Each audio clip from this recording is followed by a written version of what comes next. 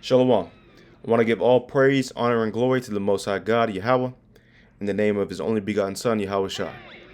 This will be the end to the law versus faith debate. Okay? I'm going to make this as brief as possible. Obviously, there's debate on whether or not we are supposed to keep the law of God or keep the faith of the Most High in order to get salvation. However, those are two very, very strange perspectives. The truth is that we're supposed to have faith. Okay? And guess what else? We're supposed to keep the law. There you go. You're supposed to have both. As simple as that. Alright? So again, spoiler alert, you need both. Alright? And you see both of them in the law. Alright? So let's go to it. What does the Most High want from you? Deuteronomy, the 10th chapter, in the 12th verse, in the KJV. And now, Israel, what doeth Yahweh thy God require of thee? But to fear Yahweh thy God, to walk in all his ways, and to love him, and to serve Yahweh thy God with all thy heart and with all thy soul, to keep the commandments of Yahweh and his statutes, which I command thee this day for thy good. That's very simple. Again, what does the Most High require? To fear him, to walk in his ways, to love him, serve him, and keep his commandments. We're going to hone in on to keep the commandments of Yahweh. That's what we'll hone in on, okay? The beauty of the law. Psalm 119 and 142 in the KJV. Thy righteousness is an everlasting righteousness, and thy law is the truth. Okay? The law of the Most High God is the truth. So if you reject the law of God, then you are a lie. Alright? Psalm 19 and 9 in the KJV. The fear of Yahweh is clean, enduring forever. So the fear of the Most High God is what keeps you clean. But guess what? If you don't fear him, then guess what? You're dirty. Okay? The judgments of Yahweh are true and righteous altogether. What are the judgments? The penalties for not keeping the law of God, and the commandments, and the statutes. Okay? Very simple. The perception of not keeping the law. What does it look like biblically whenever you don't keep the law, or whenever you reject the law? Proverbs 28 and 9 in the KJV. He that turneth away his ear from hearing the law, even his prayer shall be abomination. Whoso causeth the righteous to go astray in an evil way, he shall fall himself into his own pit. But the upright shall have good things in possession. So these people that turn away their ear from hearing the law, the ones that hear that you can't eat pork, they hear that you can't commit adultery, you hear that you're supposed to keep the holy days. These people that don't want to deal with that and say that I can do whatever I want, if they think they're going to get on their knees and bow their head and pray to the Most High God at night, that's a detestable thing, an abomination to the Most High. He's not hearing that. Okay? You're better off not even praying at all. You're better off staying in your prideful manner and your rebellious nature and get prepared for the destruction. Alright? Proverbs 28 in the 4th chapter. Sorry, the 4th verse. They that forsake the law praise the wicked. As simple as that. So if you're not dealing with the law of God, then you're praising the wicked. But such as keep the law contend with them. Evil men understand not judgment, but they that seek Yahweh understand all things. So what does that mean? If you don't seek the Most High God, then, hey, check this out. You don't understand a thing. All right? And if you forsake the law of God, then you're praising the wicked. All right, that means you're shaking hands with the devil, the deceiver. That goes for all you silly so-called Christian pastors and you dumb congregants, okay, that put up your pastor as an idol. Okay, 2 Maccabees 4:17. For it is not a light thing to do wickedly against the laws of God, but the time following shall declare these things. So at the end, or in the time of judgment, that's whenever things are going to be brought to light. Okay, that's whenever you rebellious people that wanted to forsake the law of the Most High God, you're going to get dealt with. Okay, you're going to get that judgment, if not on this side. Okay, but you surely are going to get it on the next side. All right, the curse and reverse. So before I go into this, of course, when it comes to keeping the laws of the Most High God, that's a part of the covenant that was made in Exodus, the 24th chapter. Now, the nation of Israel broke that covenant whenever we forsook the law of the Most High and were cut off from the Most High God. Okay? But in order to reconcile ourselves back to the Most High, the prophecy that's spoken of in the law had to be fulfilled, in which Yahushua came, died on the cross, and was resurrected. And now there is an area for repentance. But repentance comes with actually keeping the law of God, not committing the same iniquities that we did in the past. Okay? So, saying that, you must keep the law in order to be in a good case with the Most High God. If you don't, you're just as bad as before Yahushua was given up on the cross. Okay? So we're going to go to Daniel 9:11. Yea, all Israel have transgressed thy law, even by departing, that they might not obey thy voice. Therefore the curse is poured upon us, and the oath that is written in the law of Moses, the servant of God, because we have sinned against him. So the curses came from breaking the law of God, and we will remain under these curses until we come back to the law of the Most High. And of course, the wickedness of the heathen or the Gentiles are fulfilled as well. But that's a different topic. Nonetheless, we are to keep the commandments of the Most High so we can again be in a good case with the Most High. Not just be willy-nilly and say we don't have to keep the commandments of God. Not be backwards and say Christ died so we don't have to keep the commandments of God. But to hold on to them even stronger so that covenant that was made with the Most High does not get broken. Okay? Deuteronomy 30:1 in the KJV. And it shall come to pass, when all these things are come upon thee, the blessing and the curse which I have set before thee, and thou shalt call them to mind among all the nations. So whenever we think to ourselves while we're scattered, we must keep these commandments, and we remember who we are, whither Yahweh thy God hath driven thee, and shalt return unto the Lord thy God, or Yahweh thy God, and shalt obey his voice according to all that I command thee this day. So that's the obedience that's spoken of in the scriptures, okay? If you're obedient to the Most High, that means you're actually following his word, the commandments of the Most High. Isn't Yahushua the word of the Most High God? Okay, there you go. So that means that you actually have to keep the commandments of him, all right? The ones that he laid out for us for our good. Thou and thy children with all thine heart and with all thy soul, that then Yahweh thy God will turn thy captivity. So after we can keep the commandments of the Most High, then he's going to release us from these captivities that we're in and bring us back into the land. That then Yahweh thy God will turn thy captivity and have compassion upon thee, and will return and gather thee from all the nations where the Yahweh thy God hath scattered thee. So I hope I made that as simple as possible. After we keep the commandments of the Most High God, he's going to bring us from all these captivities into the land of Israel. All right? And then reestablish our government under Yahushua. Now, Yahushua prophesied in the law. This goes for all the people that say, that was in the Old Testament, and this, that, and the third. Well, Yahushua is in the Old Testament, in case you didn't know. Deuteronomy 18:17 and the KJV. And pardon me, who the world calls Jesus Christ is in the Old Testament, okay, in case you didn't know. And Yahweh said unto me, they have well spoken that which they have spoken.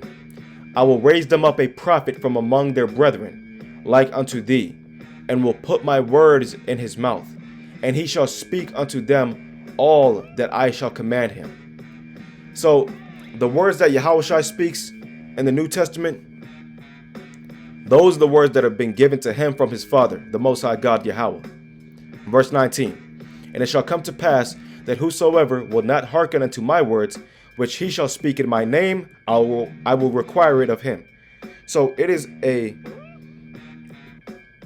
would be iniquity or a breaking of the commandments to not listen to what Yahushua said.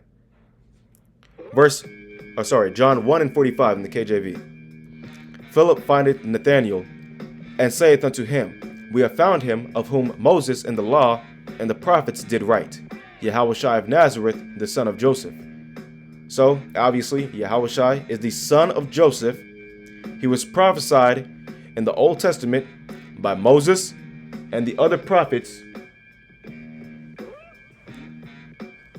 And now, he's being introduced here in John, the 1st chapter, in the 45th verse. All right?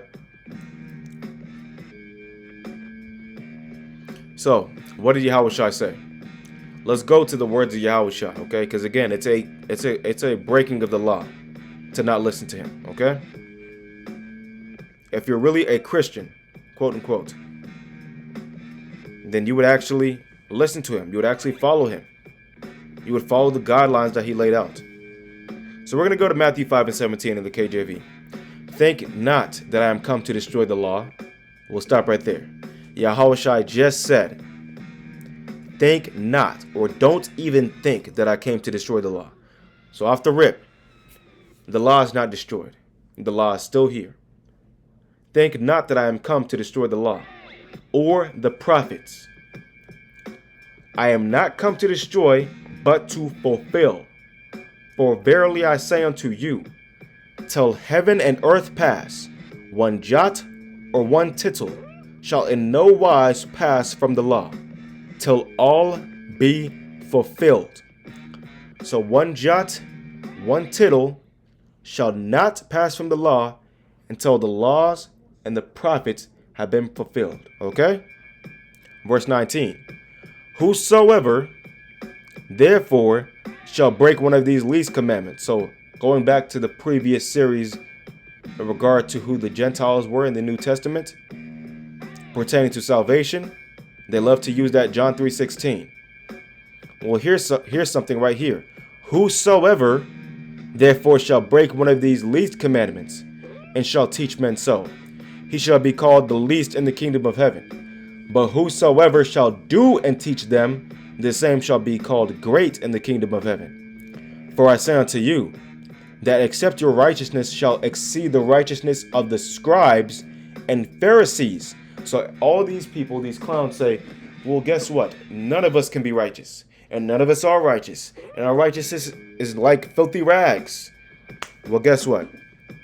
Yahushua, who the world calls Jesus Christ, said that except your righteousness shall exceed the righteousness of the scribes and Pharisees, ye shall in no case enter into the kingdom of heaven. So you will not get access to the kingdom of heaven if your righteousness does not exceed the righteousness of the scribes and Pharisees. Okay? So, Matthew 19:16 in the KJV. And behold, one came and said unto him, Good master, what good thing shall I do that I may have eternal life? So a young man came to Yahushua and asked him, What do I need to do to get to heaven? Verse 17. And he said unto him, Why callest thou me good? There is none good but one, that is God. But if thou wilt enter into life, keep the commandments. So on that day of judgment, if you want to be found blameless, keep the commandments. Okay? As simple as that.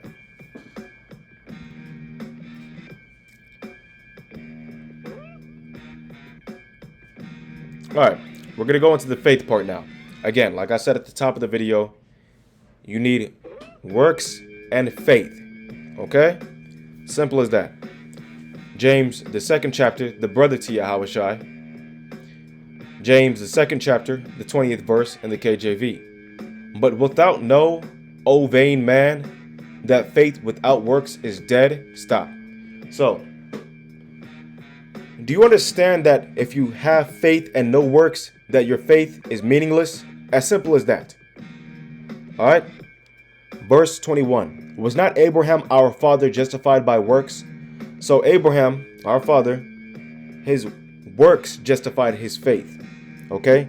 He didn't just say, I believe, I believe. Okay?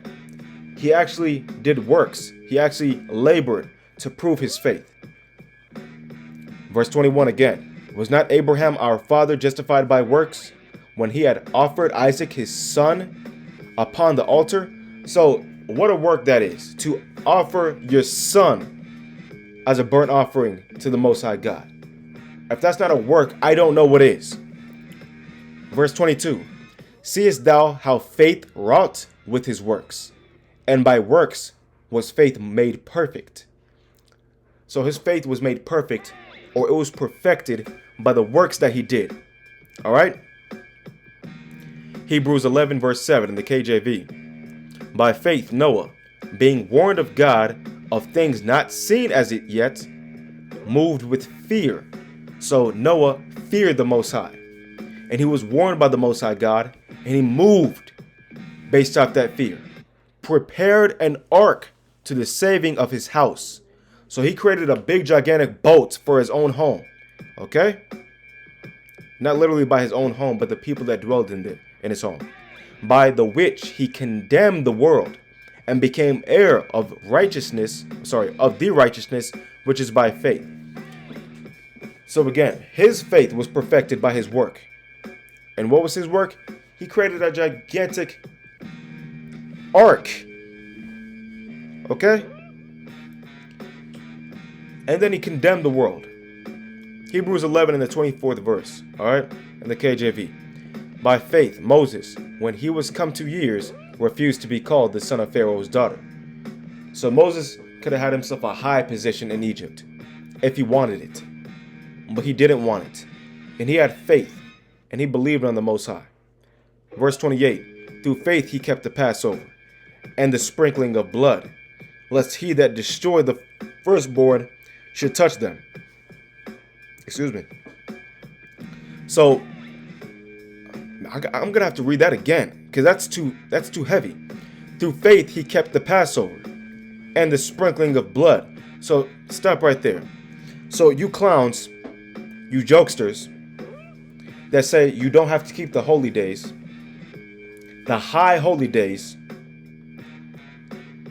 he kept the Passover to prove his faith. Okay? It's very simple. This is after the death, burial, and resurrection. The brother of Yahushua. Okay? Oh, pardon me. This is Hebrews. This is the brother Paul speaking, more than likely. Okay? So, to say that you don't have to keep the law and it's just faith alone is disingenuous, and it's completely ignorant, and it's very naive. And it's honestly a very silly concept. Okay? So, and who is the one that destroyed the firstborn? That's the Most High God. So let's continue. Again, what did Yahushua say? Matthew 5 and 48 in the KJV. Be ye therefore perfect, even as your Father which is in heaven is perfect. Alright? I can't really make that any more clear. Revelation 14 and 12 in the KJV. Here is the patience of the saints. Here are they that keep the commandments of God and the faith of Yahushua. Stop. So, very simple. The saints are the ones that keep the commandments of God and the ones who keep the faith in Yahushua. Okay? Simple as that. Verse 13. And I heard a voice from heaven saying unto me, Write, blessed are the dead which die in Yahweh from henceforth. Yea, saith the Spirit, that they may rest from their labors, and their works do follow them. So again, the beautiful brothers that actually keep the law of the Most High God and the faith, they're resting, okay? Because whenever they pass away, their works follow them, okay? So to say it's not a works-based salvation, that's a really disrespectful thing, okay? Again, you need both, all right? You need works to prove your faith. And to say that it's not works-based as well it's really a slap in the face, man. And it's almost discounting the beautiful works that men like Noah, Moses, Ezekiel, Isaiah, Ezra, these beautiful men did. It's almost discounting what Yahushua did. Did he not do a wonderful, beautiful work, the greatest work of all time? Did he not do that? So a very, very, very, very disrespectful thing, and a very deep rabbit hole you go down whenever you say it's not a works-based salvation, okay? Again, I'm saying it's both, but to discount works is a slap in the face. Revelation 22:14 in the KJV. Blessed are they that do his commandments, that they may have right to the tree of life. Stop. So, it says here, right here in Revelation, the 22nd chapter, the last chapter in the Bible, blessed are they that do his commandments. What happens if you're not blessed? That means you're damned, okay? That means you're fixated on destruction. You want to get destroyed. So blessed are they that do his commandments. So if you don't do his commandments, what are you? What are you? I'll let you think about that. And may enter in through the gates into the city. Okay? So if you don't do his commandments, that means you're not getting into the gates. All right? For without, so outside of the gates, are dogs, and sorcerers, and whoremongers, and murderers, and idolaters, and whosoever loveth and maketh a lie. Okay? So, of course, if you do not do the commandments of the Most High God, and what is one of the heaviest commandments? Deuteronomy 18:18. All right? Then you're going to be destroyed. Simple as that. Conclusion. 2nd Esdras 9:7 in the KJV. And everyone that shall be saved, and shall be able to escape by his works, and by faith, whereby ye have believed, shall be preserved from the said perils. So you can escape that harsh judgment, that destruction, if you have works and faith, according to the Most High. And shall see my salvation in my land, and within my borders. For I have sanctified them for me from the beginning. Okay? So the Most High God has sanctified his saints from the beginning. Alright? But again, to say it's not a faith and works-based salvation, you're leaving something out, man. Alright? You're leaving one or the other out. Alright? It's just very plain. You have to keep the commandments of the Most High God. You have to keep the faith. Alright? If you don't do that, then you're missing one of two. Alright? And you need both.